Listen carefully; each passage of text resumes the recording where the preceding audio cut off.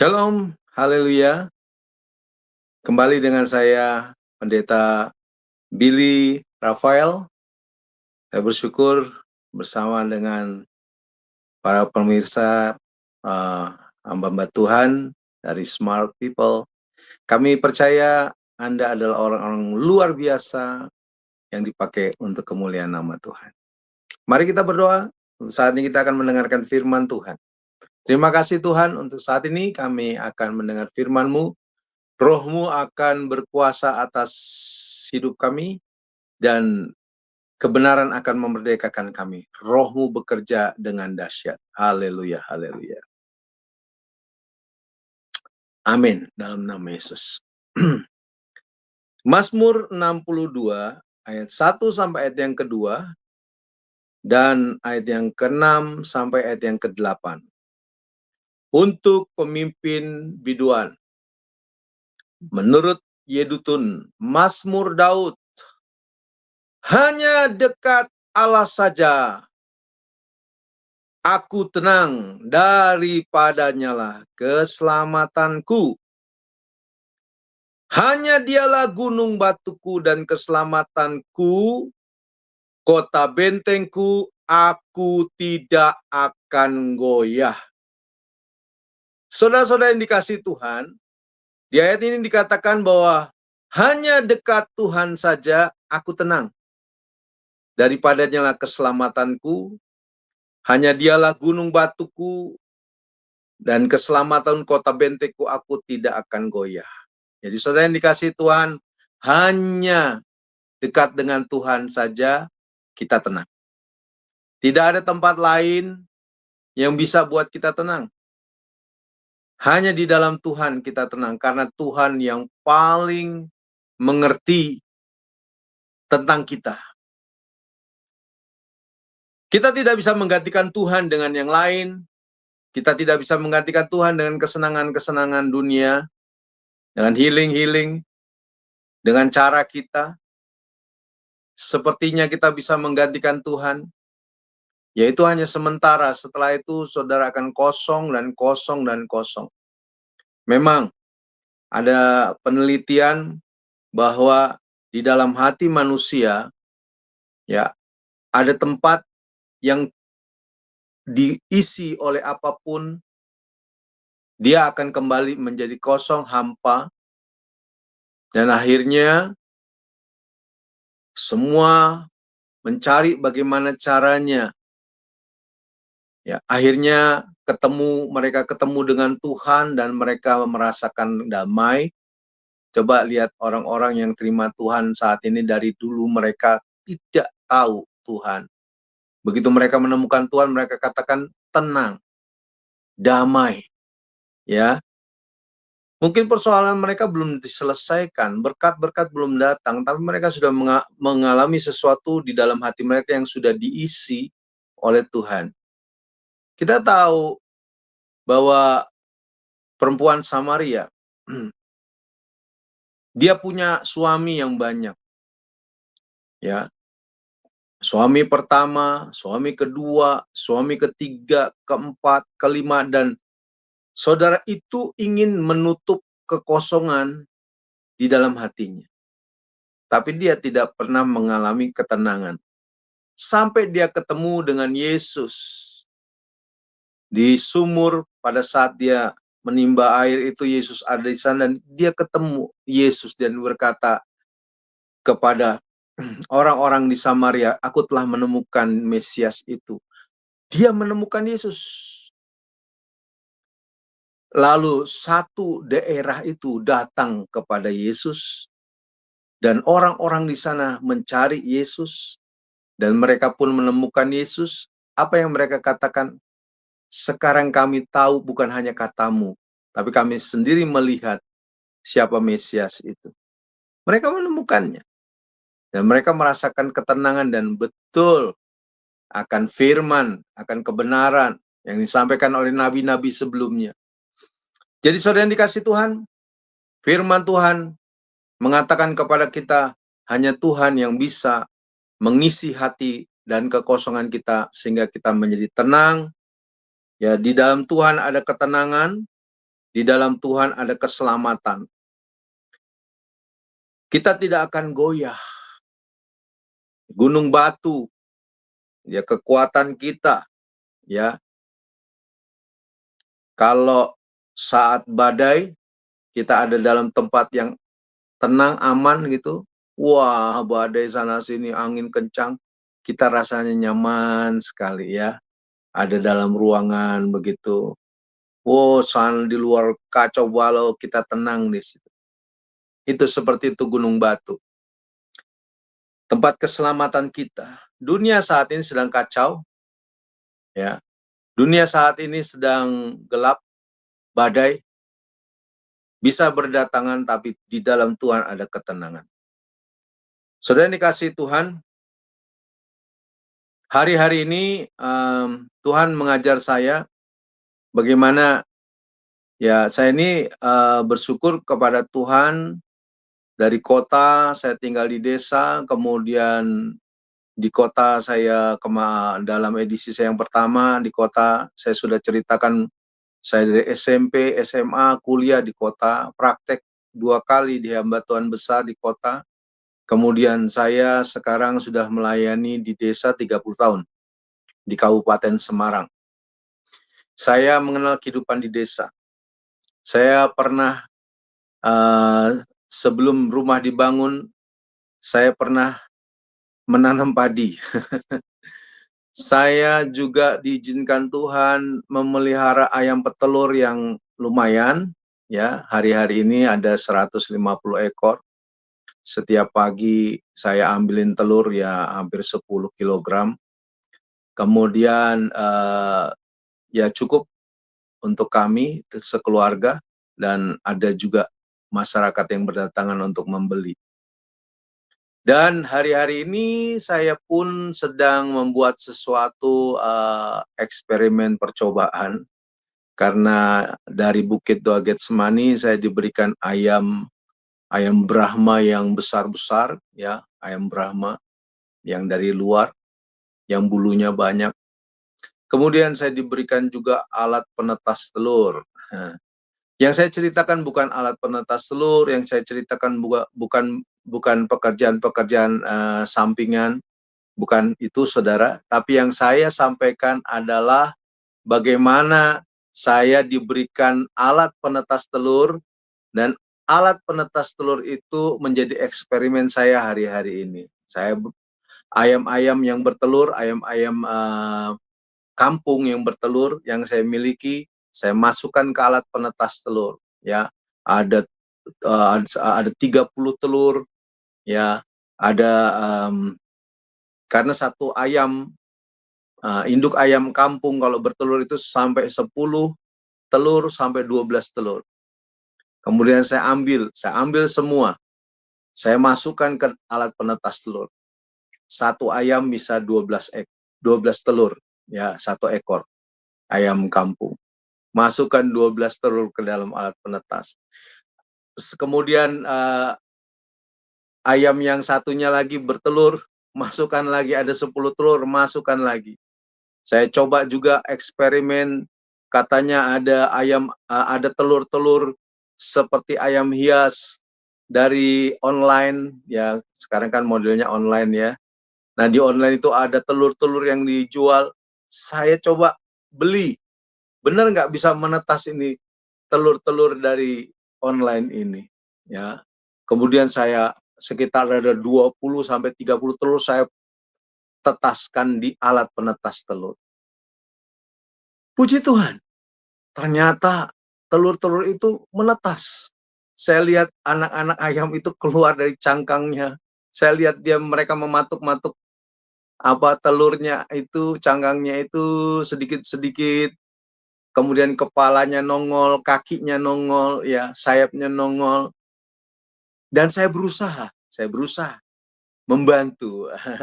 Membantu mengupas kulit-kulit di cangkang di badannya, ya, saya kupas begitu. Ternyata itu tidak baik. Kenapa tidak baik? Membuat ayam tidak berusaha, membuat ayam tidak mempunyai kekuatan untuk keluar dari cangkang telurnya. Dia mau keluar begini, kita paksa untuk keluar, dia belum mengeluarkan kekuatannya, kita sudah berusaha bantu. Apa yang terjadi? Saya lihat ayam yang pertama setelah dikeluarkan dari cangkangnya, dia bisa bergerak sana-sini, tapi besoknya mati. Ya, karena belum ada kekuatan. Jadi saudara, jangan coba bantu. Ya, kita seringkali berusaha membantu Tuhan dengan cara kita, dengan pikiran kita, ya kan? Tenang dengan cara kita, ya kan? Nah, kita bantu. Ternyata ayam yang keluar dari cangkang telur itu kalau dibantu dia jadi lemah, besoknya mati. Ya, persis kejadian kalau kepompong, kupu-kupu itu keluar dari kepompongnya, ya kan? Sayapnya mulai digerakkan, belum keluar semua. Kemudian kita bantu dia untuk keluar dari kepompongnya itu, kita keluarkan begitu. Nah, kupu-kupunya keluar, memang kupu-kupunya memang keluar.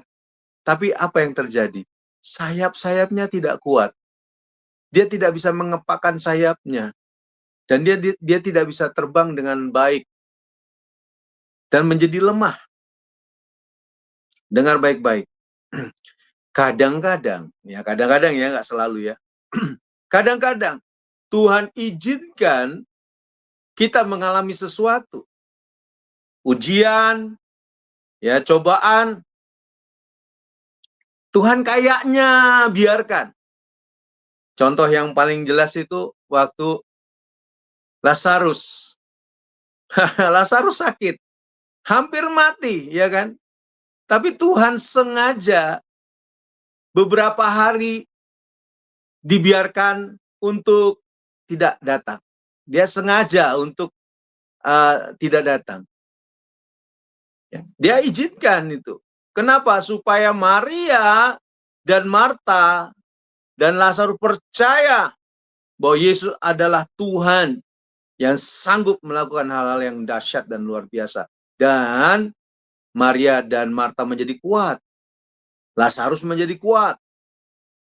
Ya, oleh sebab itu kalau Tuhan izinkan sama seperti ayam itu keluar dengan caranya, misalnya dia matuk-matuk begitu ya, cangkangnya sampai retak sedikit-sedikit, lalu dia mengeluarkan kakinya, dia mengeluarkan sayapnya, dia mengeluarkan badannya, dia dorong badannya, dia keluarkan badannya, dia dorong, dia dorong, dia dorong, dia dorong, dia jadi kuat, ya. Lalu dia keluar dari cangkangnya.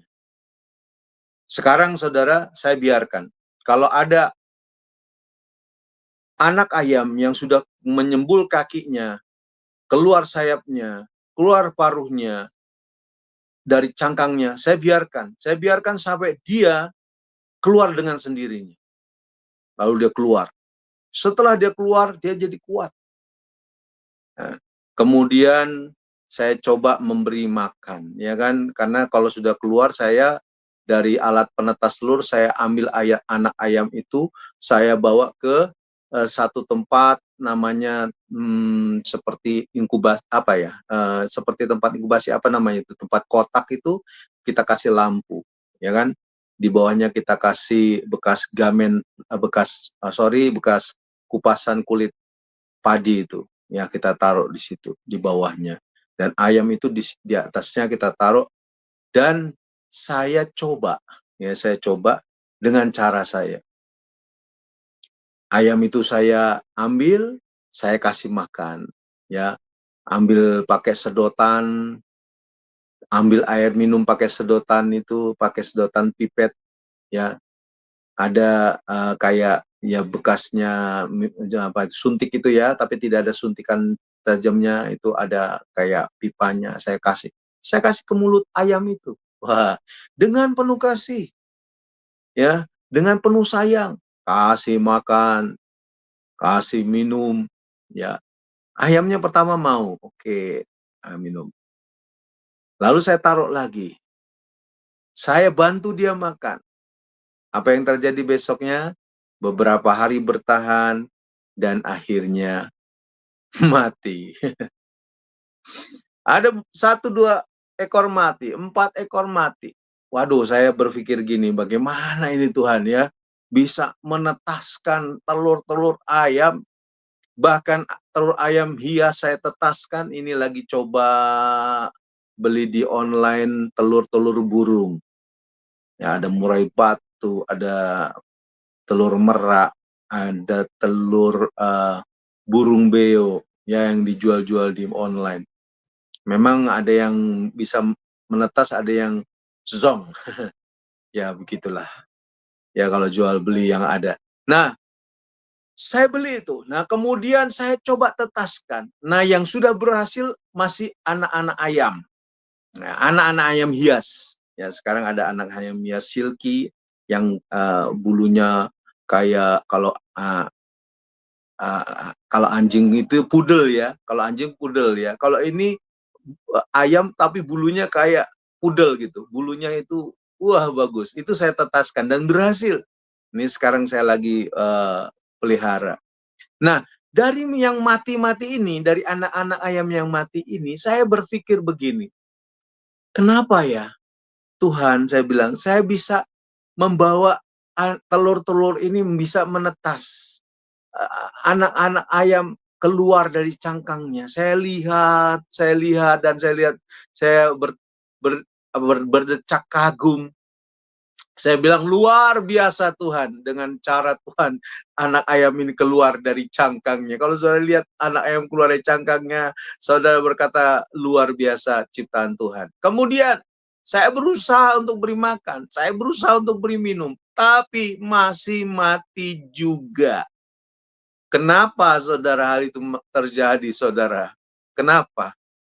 Karena saya bukan induk ayam. Sehebat-hebatnya cara saya, ya, senyaman-nyamannya cara saya, kemudian cara saya memberi makan dan minum, ya kan, seolah-olah saya ini induknya, ya. Begitu tangan saya turun ke ayam-ayam itu, ayam-ayam mendekati, ya seperti kayaknya dia berkata, "Ini induk saya," ya, gitu. Mereka mendekati, mematuk-matuk, meminta makan, ya. Sepertinya saya induknya. Tetapi setelah saya melakukan itu, ada beberapa yang mati, ada 4, 5 ekor dan kemudian saya berpikir begini, Tuhan saya ini nggak bisa. Setelah telur-telur itu menetas, berhasil. Tapi setelah menjadi anak ayam yang masih kecil-kecil, DOC ya, masih kecil-kecil, begitu keluar dari cangkangnya, masih bayi-bayi, ya sepertinya gampang. Sepertinya gampang, sepertinya bisa. Nah, ini manusia ya. Kadang-kadang kita berpikir bahwa kita bisa menggantikan ketenangan di luar Tuhan. Ya, kadang-kadang saya melihat ada jemaat yang healing-healing hari Minggu. Minggu. Oh, ya, mereka coba-coba untuk menggantikan Tuhan di hati mereka. Ya, sepertinya Tuhan itu bagi mereka bisa ada minggu depan. Ya, hari Minggu atau ibadah kan masih ada hari Minggu depan, ya gitu kan. Masih ada hari yang lainnya. Lalu mereka healing-healing menggantikan Tuhan di hati mereka hanya untuk apa sebenarnya? Hanya untuk apa sebenarnya? Cari ketenangan, cari damai, berusaha menggantikan sesuatu itu. Ya, ketenangan yang dari Tuhan itu dicari ya dengan cara-cara dunia. Apa yang mereka dapatkan? Mungkin hari itu mereka senang, tertawa, hahaha. Tapi setelah itu mereka melihat, aduh ternyata aku masih jauh dari Tuhan, aku kosong. Tuhan, kau tidak dengarkan aku. Bukan Tuhan tidak dengarkan. Ya, Tuhan kau jauh. Bukan Tuhan, bukan tidak jauh. Tuhan dekat, Tuhan nggak jauh. Ya, kita yang jauh. Saudara yang dikasihi Tuhan, jangan coba-coba berusaha menggantikan Tuhan. Saya berusaha menggantikan induk ayam yang Tuhan hadirkan. Karena gini, waktu anak ayam itu ya lahir, dari induknya, ya, ketika anak ayam itu lahir dari induknya, ketika anak ayam itu lahir dari induknya, dan induknya bersama dengan anak ayam itu bisa, dari bayi itu bisa bertumbuh dan tidak mati. Artinya, kok bisa gitu loh? Padahal anak ayam itu di luar, di luar ruangan. Ini saya di dalam ruangan, ruangan hangat. Ya, padahal ada hujan, ada angin, tapi anak ayam itu bisa bersama induknya bisa bertumbuh dan bisa menjadi besar. Ada beberapa telur ayam yang di luar sana yang dierami dan oleh induknya yang tidak digantikan, yang tetap bersama induknya, mereka menjadi besar dan menjadi kuat. Kenapa saya coba berusaha untuk menggantikan induk ayam itu? Gagal, nggak bisa. Ya, karena saya bukan induk ayam. Saya bukan induk ayam. Kembali kepada firman Tuhan. Hanya dekat Tuhan saja aku tenang. Daripadanya lah keselamatanku. Hanya Tuhanlah gunung batuku dan keselamatan, kota bentengku. Aku tidak akan goyah. Tidak ada yang bisa menggantikan Tuhan dalam hidup kita. Sama seperti induk ayam itu tidak bisa digantikan oleh saya. Makanya begitu anak ayam itu lahir, saya beri makan, saya berikan kenyamanan, mati. Mati, mereka ada satu mati, besoknya dua. Oh, saya sampai berpikir gini, waduh, bisa menetaskan tapi nggak bisa, ya, memelihara, nggak bisa membesarkan. Karena saya bukan induk ayam. Yang bisa membesarkan anak ayam, bayi ayam, induknya. Akhirnya saya berpikir begini, gimana caranya ya? Ya, akhirnya begini. Akhirnya Tuhan memberikan sesuatu ide, ya. Jangan diambil semua telurnya. Misalnya induk ayam itu bertelur 10, ya. Ambil 7. 7 masukkan alat penetas telur. 3-nya dierami induknya, gitu. Nah, ini kan kalau kita di alat penetas telur itu kan pakai alat namanya senter. Kita bisa senter. Jadi telur ayam itu kita senter. Kalau kita biasa senter telur, kita tahu perkembangan daripada embrio. Jadi di dalam telur itu ada titik hitam embrio. Nanti beberapa hari titik hitam itu ada kayak jaring-jaring halus warna merah begitu. Itu urat-uratnya. Lalu titik hitam itu akan berdetak ya, berdegup gitu ya. Duk, duk gini. Itu jantungnya ternyata, jantung anak ayam itu. Kemudian kita bisa senter, kita bisa lihat embrio itu mengembang beberapa hari kemudian menjadi membesar, membentuk, pokoknya indah sekali. Jadi kayak ada jaring-jaring begitu. Kemudian dia membuat 10 hari kemudian kita senter lagi, dia membentuk satu jaringan, kemudian dan akhirnya kalau di senter itu mulai gelap semuanya. Jadi begitu center nggak kelihatan lagi titik, nggak kelihatan lagi kuning telur, nggak kelihatan lagi putih telurnya, nggak kelihatan lagi cairannya, semuanya gelap. Nah, kalau sudah mulai semula di center semuanya berwarna hitam dan gelap, itu artinya saudara bahwa telur itu sudah mendekati 21 hari. Karena 21 hari itu menetas. Nah, caranya supaya itu akhirnya bisa dirawat, bisa menetas, tinggal beberapa hari mau menetas atau kalau sudah ada retakan-retakan dari paru ayam itu, taruh telur ayam itu kembali ke 3 telur yang di sana, digabung jadi dengan 3 telur yang di sana, yang dierami oleh induknya. Jadi 7 telur ini kembalikan lagi, dierami oleh induknya, ya kan? Nah, begitu karena kan ini sudah, alat penetas telur ini sudah berhasil dan akhirnya begitu berhasil ini alat penetas telur, sebelum menetas, masukkan kembali ke induknya. Nah, waktu dierami induknya, anak ayam itu keluar menetas. Lalu induk ayam itulah yang bertanggung jawab, hanya induk ayam itulah yang bisa memelihara bayi-bayi ayam. Jadi Tuhan beritahu demikian. Ini jadi praktek peternakan ya.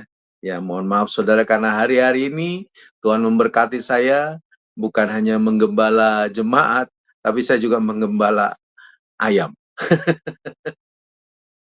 Tapi dengan ayam ini Tuhan memberkati saya ya.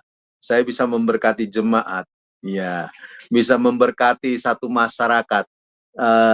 Tuhan memberkati kita dengan berkat itu.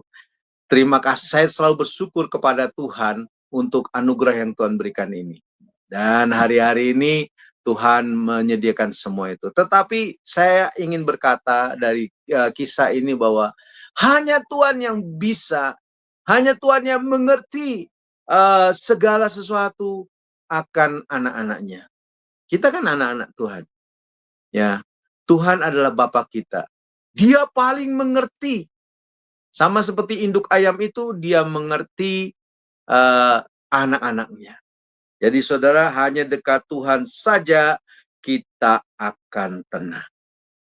Di dalam ayat yang ke-7, ya, ayat yang ke-7 di Alkitab kita di dalam Mazmur 62 ayat yang ke-7 diulangi. Di sana dikatakan begini, hanya dialah gunung batuku dan keselamatanku, kota bentengku, aku tidak akan goyah. Ayat yang ke-8, dikatakan ayat yang ke-8. Ya, ayat yang ke-8. Pada Allah ada keselamatan dan kemuliaanku, gunung batu kekuatanku. Tempat perlindunganku ialah Allah, percayalah kepada setiap waktu, hai umat. Curahkanlah isi hatimu di hadapannya. Allah adalah tempat perlindungan kita. Diulangi lagi sampai beberapa kali bahwa hanya Tuhan yang bisa memberikan ketenangan, gunung batu, keselamatan, kota benteng tidak akan goyah, dan dikatakan percayalah kepadanya, ya. Ayat yang ke-9, percayalah kepadanya setiap waktu, umat. Curahkanlah isi hatimu di hadapannya, Tuhan ialah tempat perlindungan kita, Selah. Ada harapan, ya. Dikatakan bahwa tempat perlindungan kita, harapan kita, curahkanlah isi hatimu. Ada madece, masa depan cerah. Bukan madesu, bukan masa depan suram. Curahkanlah isi hatimu di hadapannya. Saya ingin katakan tadi kisah tentang induk ayam dan anak ayam, tentang cara menetaskan telur, sukses, tapi tidak bisa menjadi induk ayam yang bisa memelihara anak-anaknya. Sama, Tuhan yang kita sembah, Dia Bapa kita, Dia paling mengerti saya. Sebagai gembala, saya katakan kepada jemaat, saya hanya bisa mendoakan saudara. Saya bisa membesuk saudara. Saya bisa mengunjungi saudara, karena memang saya juga sering besuk jemaat. Saya kunjungi mereka. Saya doakan mereka. Kalau mereka ada sesuatu di mereka WA, saya balas WA, saya balas telepon. Saya bilang, saya hanya bisa sebatas itu. Karena yang paling mengerti Anda adalah Bapamu, Bapa yang di surga. Yang paling mengerti anak ayam tadi adalah induknya. Sekalipun engkau bisa menetaskan telur, tapi belum tentu engkau bisa merawat anak bayi ayam ini sampai dia dewasa. Mungkin dunia, fasilitas bisa membuat engkau ya naiklah gitu ya. Wow, dulu kita pekerja biasa, tiba-tiba kalau sudah bekerja di pabrik Tuhan angkat. Ya, itu membuat saudara menjadi lebih nyaman. Tetapi tidak bisa menggantikan Tuhan. Tidak bisa. Ada satu kisah. Kisah ini cukup menjadi pelajaran buat saya bersama jemaat bisa belajar dari kisah ini. Ya, kisah ini adalah kisah dari seorang yang berjemaat di tempat kami. Dulu dia adalah hanya satpam biasa dari satu pabrik besar, pabrik yang di Jawa Tengah ini pabrik handuk. Saya tidak sebutkan nama pabriknya, saya juga tidak sebutkan nama orang tersebut. Saya menjaga privasi seseorang, ya. Saya hanya ingin saudara belajar dari kisah ini, lalu apa yang harus saudara kerjakan, bahwa tidak ada yang bisa menggantikan Tuhan dalam hidup. Ya, jemaat ini yang saya ceritakan ini dia satpam biasa, dia security atau satpam di perusahaan ini. Dia hanya pekerja biasa, pekerja kecil. Itu sebabnya dia untuk mencukupi keluarganya, dia bekerja sebagai satpam security, tapi bekerja juga sebagai penjual, namanya kalau di sini cilok, ya, atau bakso kecil-kecil itu ya. Nah, dia menjualnya pakai sepeda motor, ya. Jadi pakai sepeda motor, dia jual, taruh di belakang. Jadi di sepeda motor di belakang itu ada panci-panci air hangat, bukan air hangat, panci-panci panas, dan ada kompornya di bawahnya mendidih begitu ya, airnya mendidih. Dia jual sana, jual sini, jual sana, jual sini. Tetapi yang membuat dia menderita sebenarnya adalah dia berusaha menggantikan karena dia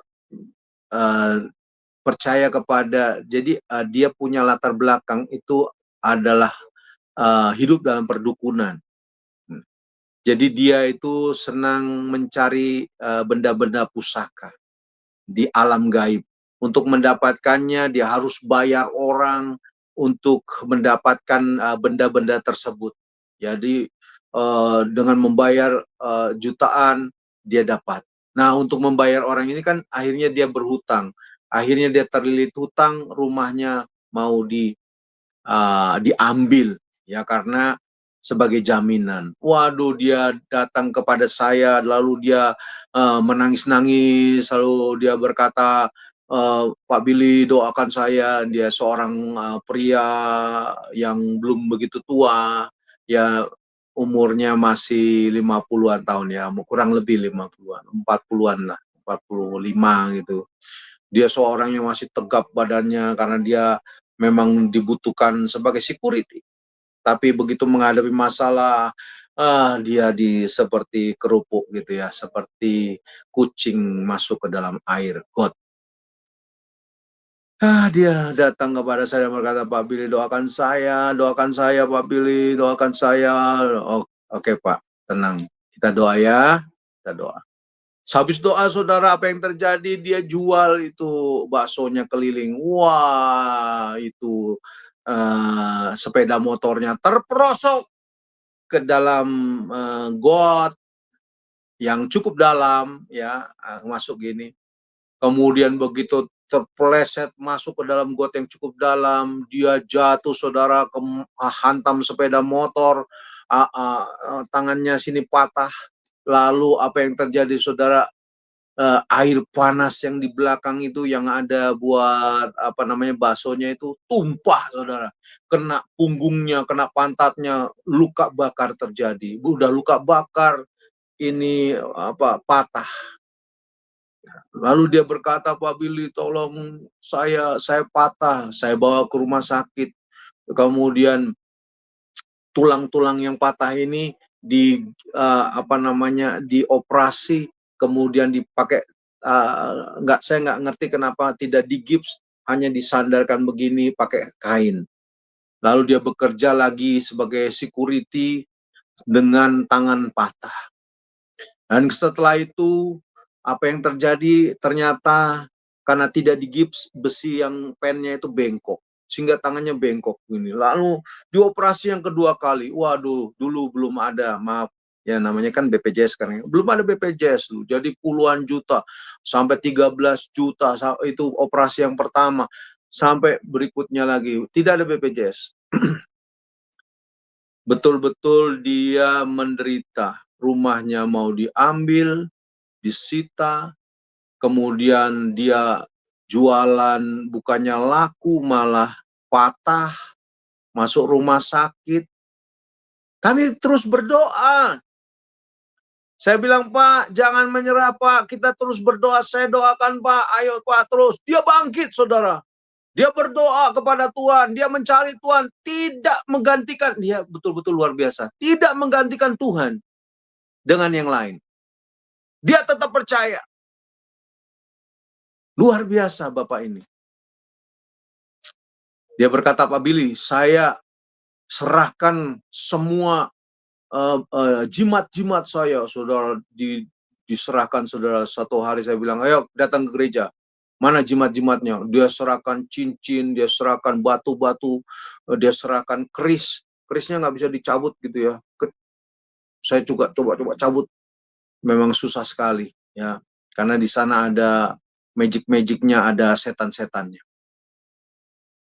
Lalu di dalam gereja dengan wadah begitu, kami taruh di tempat wadah kayak seperti tanah liat yang kalau dibakar tidak mengotori lantai gereja. Kami bakar di atas wadah tanah liat itu, kita bakar semua jimat-jimatnya. Ya, setelah dibakar saya tumbuk, hancurkan pakai palu-palu. Remuk, setelah remuk saya buang. Ada yang saya buang ke sungai, yang saya buang ke pokoknya tempat-tempat yang tidak dijangkau orang. Pokoknya sampai hancur, sampai remuk. Apa yang terjadi, saudara? Setelah kita berdoa sama Tuhan, apa yang terjadi? Tuhan tolong, Tuhan tolong. Pabriknya bangkrut, saudara. Pabriknya bangkrut. Pabrik di mana dia bekerja bangkrut. Karyawan dirumahkan, di PHK, pabriknya pilot bangkrut, pabriknya dijual. Wah, dia bilang, Pak Billy, kita berdoa supaya saya tetap bekerja di sini. Bagaimana ini, Pak Billy? Ya, kita berdoa. Tuhan pasti tolong. Masa Tuhan tidak tolong? Kita percaya. Wah, dia bilang, iya Pak, saya percaya. Wah, tidak ada yang bisa menggantikan Tuhan. Kita berdoa. Apa yang terjadi, saudara, setelah itu? Setelah pabriknya itu dijual ke bos yang lain yang punya pabrik di Surabaya, ya kalau saya sebutkan pasti sudah tahu. Kemudian dibelilah ini pabrik ini. Nah, begitu dibeli, ditaruhlah di sana manajer atau ditaruhlah di sana yang bertugas untuk menangani dulu pabrik itu sampai ada pegawai kan. Kan kosong pabriknya, semuanya kan di PHK. Lalu datanglah ini bosnya ini, ya artinya yang ditugaskan di pabrik yang dibeli ini, yang dijual ini tadi. Datang bosnya ini. Dia cari orang, wah nggak ketemu. Gimana nih? Siapa yang berpengalaman? Akhirnya apa yang terjadi, saudara? Wow! Yang terjadi adalah apa, saudara? Bos yang beli pabrik ini, dia cari orang yang paling ngerti pabrik itu hanya security, satpam. Dan ternyata ketua satpamnya itu adalah jemaat kami yang kami doakan. Lalu bosnya itu berkata begini, Bapak sajalah yang ikut saya. Karena nggak ada, HRD-nya sudah nggak ada dari pabrik itu. Sudah nggak ada staf-stafnya. Semuanya kan sudah tinggal pabrik dan barang-barang di pabrik dengan alat-alat untuk pembuatan handuk. Nggak ada yang lain. Dan tinggal security-nya. Akhirnya bosnya ini berkata, udah Bapak ikut saya. Kemana Pak? Oh pokoknya kemanapun saya pergi, Bapak ikut. Oke siap Pak. Nah, saudara, apa yang terjadi? Dari security, dari satpam, jadi sekretaris bosnya. Kan belum ada karyawan-karyawan. Akhirnya bosnya berkata ini uang. Waktu saya ketemu di bandara dengan jemaat saya ini. Bapak mau kemana? Saya mau sama bos saya gini. Oh itu bosnya, ya kenalan. Saya kenalan sama bosnya. Apa di depan saya bosnya itu berkata gini sama jemaat kami, Pak, Dia panggil jemaat saya yang tadi itu, yang patah itu ya, yang security. Pak, ini Pak, uang. Dikasih, keluarkan uang. Tolong bayar pintu nanti listrik, pabrik, ini semuanya Pak. Oke, siap. Saya berangkat dulu Pak. Nah, bosnya pergi naik pesawat. Bayangkan saudara, security itu, satpam itu, ya, yang aduh, kalau saya katakan pekerjaannya hanya di depan pintu buka gerbang, tiba-tiba melonjak naik, saudara. Jadi seperti HRD, seperti staf, dia terima uang itu, dia bayar semua. Apa yang terjadi, saudara? Setelah pabrik ini berjalan, apa yang terjadi setelah pabrik ini berjalan? Security ini diangkat jadi HRD, diangkat jadi staf, dan dia memilih para pegawai. Saya waktu beberapa kali ketemu dia, Pak, tolong dong dibantu itu Pak situ yang belum dapat pekerjaan. Siapa Billy? Siapa Billy? Nanti Pak ada orang lagi Pak ini berjemaat di tempat kita Pak. Belum dapat pekerjaan. Bisa nggak melalui Bapak? Oh ya Pak Billy, mana itunya CV-nya orang tersebut? Serahkan sama saya Pak. Wah, saya serahkan saudara. Ada beberapa yang masuk orang melalui dia. Wah, saya kalau ketemu dia, din din din di tengah jalan, naik mobil saudara. Satpam, naik motor, jualan cilok sekarang. Wah, naik mobil. Wah, mobilnya bagus saudara, karena dia nyupirin mobil bosnya. Din din din din. Wah, Pak Billy, ya siap. Wah, luar biasa. Hebat Tuhan. Kalau Tuhan mengangkat orang tuh nggak tanggung-tanggung, saudara.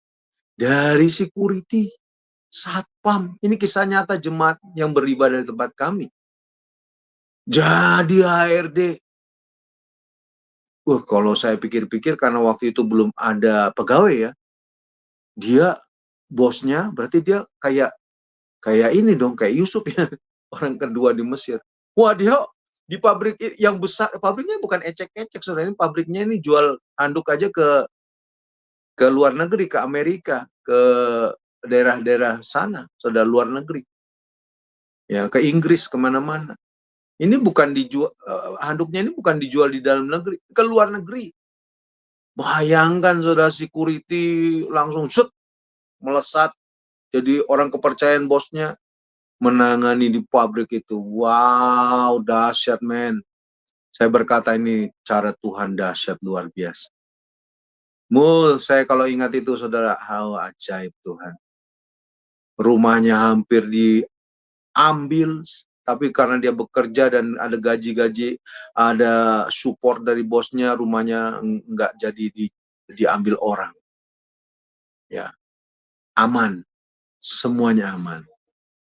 Tapi dengan baik-baik. Setelah nyaman, kadang-kadang ujian itu terjadi bukan pada saat saudara seperti dicangkang telur itu yang mau keluar, bukan. Ya, bukan pada saat saudara lagi mengerang kesakitan. Tapi pencobaan itu justru datang pada saat saudara merasa nyaman dan berkata, nyaman bos, santai bos, enak. Akhirnya apa saudara? Orang itu tidak beribadah lagi di tempat kamu. Tidak ibadah. Saya ketemu dia beberapa, karena ini kan sudah bulanan, dia tidak beribadah. Saya sebagai gembala sidang kan harus berbicara dong. Saya ketemu dia, Pak, sibuk ya Pak? Iya Pak Billy, saya sibuk sekali. Kayaknya bangga sekali kalau sibuk ya, sibuk sekali. Bapak sibuk. Lah Bapak kalau ini, iya Pak, Bapak nggak bisa ketemu saya itu pasti keluar. Memang dia selalu tugasnya di dalam kantor, habis itu dia keluar. Naik mobil untuk tugas di luar. Ya, jadi orang kepercayaan. Sibuk Pak. Oke. Kalau Bapak sibuk, Bapak bisa beribadah di tempat kami enggak? Dia nggak bisa jawab. Oh gini Pak, ini saya kasih solusi. Bapak ibadah di tempat lain. Kan ada sore, ya kan? Kalau tempat kami pagi Pak. Tempat lain kan Gereja lain kan banyak yang sore, "Bapak ibadah di sana." Waduh Pak Billy, itu kayaknya nggak bisa Pak Billy. Hari berikutnya, minggu berikutnya, bulan berikutnya, masih sama. Tidak ada perubahan. Sampai akhirnya saya berkata begini, "Oke gini Pak," saya katakan begini sama dia, "Bapak lupa sama saya, nggak apa-apa. Karena saya juga tidak pernah meminta sesuatu dari orang ini. Nggak pernah, nggak. Justru yang saya masukkan ke pabrik-pabrik itu adalah orang-orang yang susah, kesulitan, lewat dia masuk pabrik itu supaya orang-orang di sana, di luar sana yang kesulitan bisa ditolong. Jadi sebenarnya bukan saya. Saya bilang, kalau Bapak lupa saya nggak jadi masalah. Tapi jangan lupa Tuhan. Wah, saya bayangkan kayak ngomong begitu saudara di depan dia, di depan wajahnya. Dia diam, oh iya Pak, iya Pak, iya Pak, iya, iya, iya, iya, tapi nggak dilakukan. Apa yang terjadi saat ini saudara? Satu saat, beberapa bulan atau beberapa tahun yang lalu, ya pabriknya mengalami sesuatu. Satpam, security semua tidak dipercaya lagi. Semua dipecat. Security-nya dipecat, termasuk dianya dipindahkan. Dia tidak dipindahkan, dikeluarkan. Sekarang dia bekerja bukan di pabrik itu. Ya nggak tahu pekerjaan yang dia semakin tua, semakin umur, kalau dia cari pekerjaan di tempat luar, mungkin dia tidak akan diterima. Walaupun dia punya pengalaman, tapi karena umurnya dia. Saya mau katakan begini, Bapak, Ibu yang dikasih Tuhan, hamba Tuhan. Jemaat, ya, kalau engkau gembala-gembala sidang, engkau harus tetap memberitahu jemaat di mana engkau melayani. Kasih tahu mereka, beritahu mereka bahwa tidak ada yang bisa menggantikan Tuhan. Untuk hidupmu tenang. Hanya dekat Tuhan saja engkau tenang. Tidak ada yang bisa menggantikan Tuhan. Sama seperti saya berusaha menggantikan diri induk ayam itu. Nggak bisa, anak ayam itu mati. Saya tidak bisa menjadi induk ayam. Hanya Tuhan yang bisa menjadi Bapa bagi jemaat. Kita gembala-gembala sidang hanya bisa mendoakan. Kita gembala-gembala sidang hanya bisa membawa mereka, mengajari mereka. Tapi kita nggak bisa menggantikan sebagai Tuhan. Ada di sini saudara yang coba-coba menggantikan Tuhan dalam hidupnya. Dipanggil pulang. Ada hamba-hamba Tuhan yang mulai jemaatnya memuja-muja. Kalau nggak pendeta itu yang khotbah, saya nggak ke gereja, kayaknya ada yang kurang. Tuhan berusaha digantikan oleh hamba Tuhan tersebut. Dipuja-puja. Hamba Tuhan tersebut akhirnya pulang ke rumah Bapa di surga dalam kondisi masih muda. Jangan buat dirimu menggantikan Tuhan. Engkau para gembala sidang. Karena engkau bukan Tuhan. Dan jemaat yang dikasih Tuhan, hanya Tuhan Yesus Bapamu yang mengerti engkau. Sama seperti induk ayam itu mengerti anak-anaknya. Saya tidak bisa menjadi induk ayam. Saya berkata kepada jemaat, saya tidak bisa menolong saudara. Saya hanya bisa mendoakan saudara, yang bisa hanya Tuhan. Supaya apa? Tidak ada yang bisa menggantikan Tuhan buat jemaat. Yesus adalah Bapa yang mengerti anak-anaknya. Yesus adalah Bapa di surga yang mengerti jemaat yang kita layani. Kita hanya menjadi gembala-gembala sidang yang membawa mereka kepada Bapa, kepada Tuhan Yesus. Mari kita berdoa. Terima kasih banyak Tuhan untuk firman. Hanya dekat Engkau saja kiranya kami tenang. Curahkan isi hati di hadapan Tuhan. Biarlah kami curhat hanya kepada Tuhan. Dan saat ini Tuhan, aku berdoa untuk jemaat. Kalau ada jemaat yang mendengar firman ini, biarlah jemaat tersebut menyadari, atau orang Kristen menyadari, tidak ada yang bisa menggantikan Tuhan yang membuat tenang dalam hidupnya. Dan Tuhan kami, gembala-gembala sidang yang mendengar firman ini, Tuhan, biarlah firman ini membuat para gembala sidang tidak mencoba-coba menjadi Tuhan. Tidak mencoba-coba bisa dengan kekuatan sendiri. Hanya Tuhan yang paling tahu jemaat. Hanya Tuhan yang paling tahu kami, hamba-hamba Tuhan. Kami tidak sanggup. Mampukan kami Tuhan. Biarlah kami, gembala sidang maupun jemaat, tetap berharap kepada Tuhan. Dan tidak menggantikan Tuhan. Karena hanya dekat Tuhan saja kami tenang, kami selamat, ada masa depan yang cerah, ada keselamatan, dan Tuhan memberikan kemuliaan buat kami. Ada berkat-berkat juga tentunya. Terima kasih Tuhan untuk hari ini, untuk saat ini. Kami berdoa di dalam nama Tuhan Yesus. Biarlah ini Tuhan menjangkau hidup kami semua, mengingatkan para gembala sidang, mengingatkan jemaat, hanya Engkau Tuhan yang tak tergantikan oleh apapun juga. Dalam nama Tuhan Yesus kami berdoa, haleluya. Amin. Tuhan memberkati kita. Haleluya.